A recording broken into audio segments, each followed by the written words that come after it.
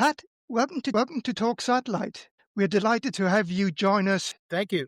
Please, can you provide background on XTAR as a company? XTAR was created back in about 1999,000. It was a cooperative venture between Hispasat and Space Systems Loral. Telesat got involved along the way. Telesat has also had extensive involvement with Space Systems Loral. Obviously, that's not an independent company anymore, but they found a way to work together and fund two spacecraft that would provide communications in the X band, which has been allocated for government purposes, predominantly military purposes, within the ITU structure by many nations in the world, the US, the NATO nations, but a number of others.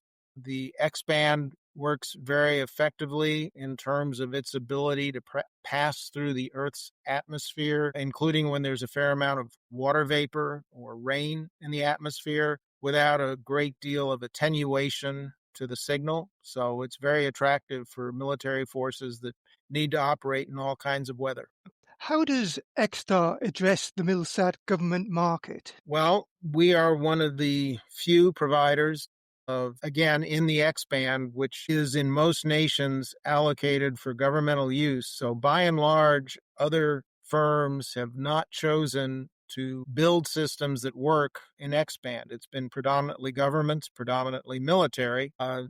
Airbus and the UK MOD reached a similar arrangement about the same time for the Skynet 5 generation of communication satellites. Airbus specifically built them to have more capacity than the UK needed. That's basically what we worked out. Space Systems Loral and Hispasat working with the Spanish MOD. The XStar Lant and XStar Ure had as their primary customer, if you will, the Spanish MOD, but with the understanding that there was more capacity, more ability to support customers on the spacecraft than the Spanish MOD could ever envision using. And so in the case of XStar, we are in a position to lease the capacity that, or the capabilities that the Spanish military is not using, to other allied or friendly militaries within the view of the two spacecraft. And since they're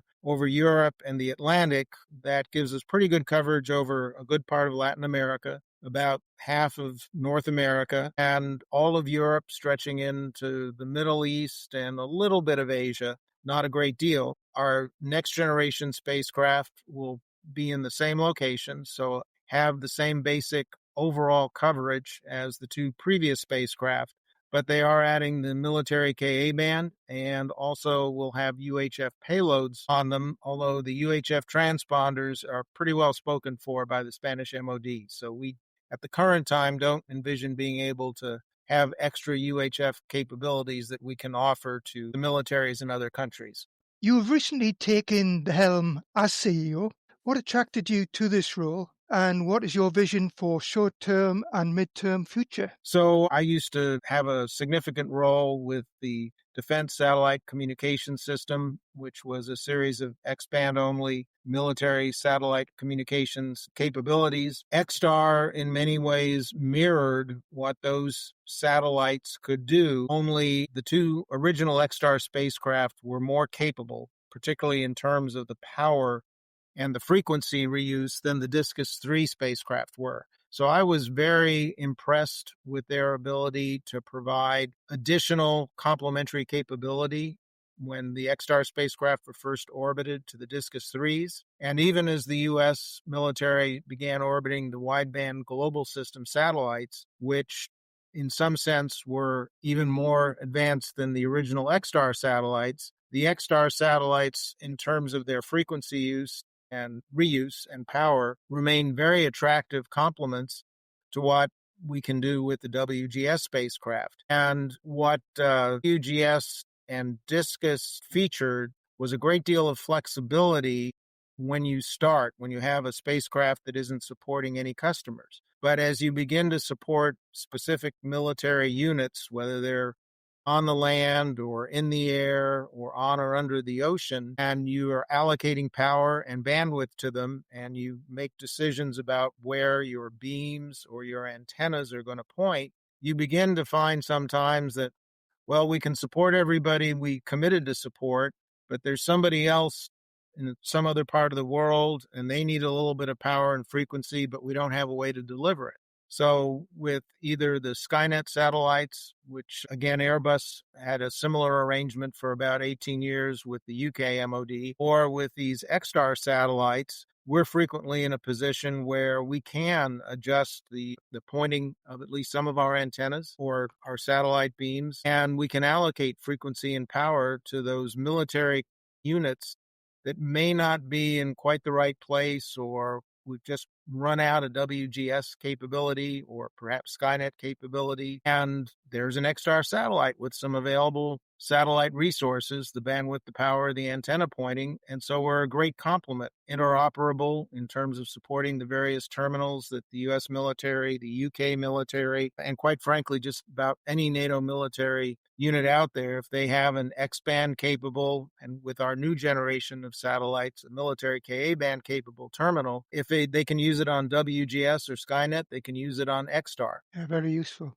So X, MIL-Ka band, and the resurgence of UHF frequency bands, how can commercial entities best utilize the specified services provided by the satellites to support government MILSATCOM requirements? The U.S. military today, and also other militaries such as the Australian Defense Forces and the UK MOD, as well as the Spanish MOD, are beginning to recognize that resilience is not just about frequency diversity or increasing the hardness of a spacecraft, its ability, if you will, to defend itself or be resistant to certain forms of attack. Resilience is achieved by adding more systems, more capability, more frequency bands into the overall set of capabilities that we use to support our military forces.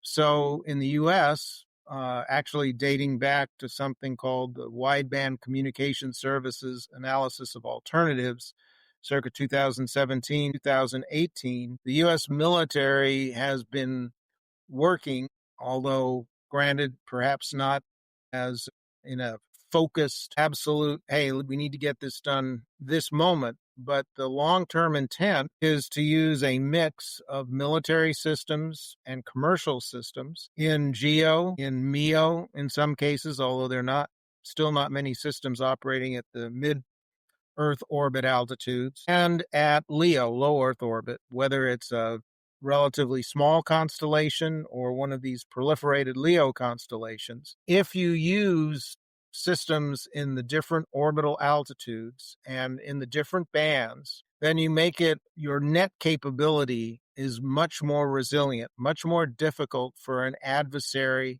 to attack.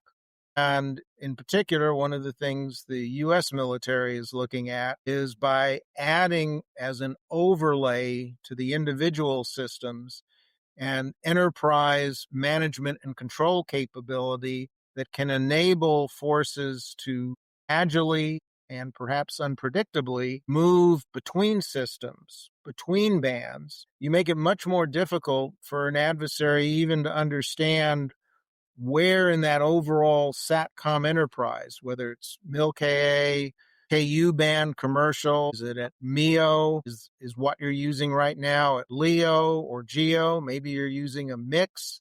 You make it much more difficult for an adversary to figure out, well, what should I attack? And if I do attack something, will it even do me any good? So we're trying to make the calculus of someone who wants to undercut our communications capabilities using space systems far more difficult. So they'll look at other things maybe that are easier to try and degrade or deny than our satellite communications. So that's how the commercial and the military systems, as we go into the future, that's how certainly the U.S. military is looking at things. I know NATO as an alliance is looking to evolve into that same sort of capability set. And I know the Australian Defence Forces, recognizing some of the work that had been done by the U.S. military, specifically the U.S. Space Forces Space Warfighting Analysis Center, they're looking at, our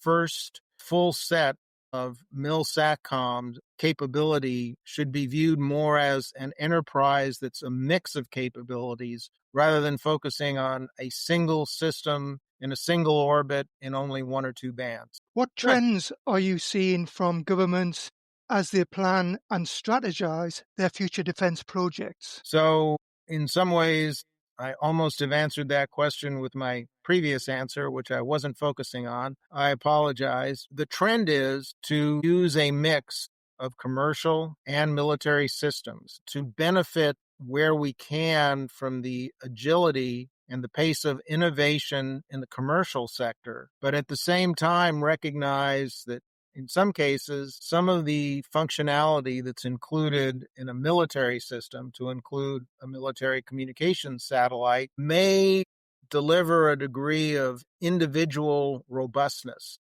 Let's just say additional jam resistance, perhaps, or additional radiation hardening, then makes sense for an investment into a commercial system.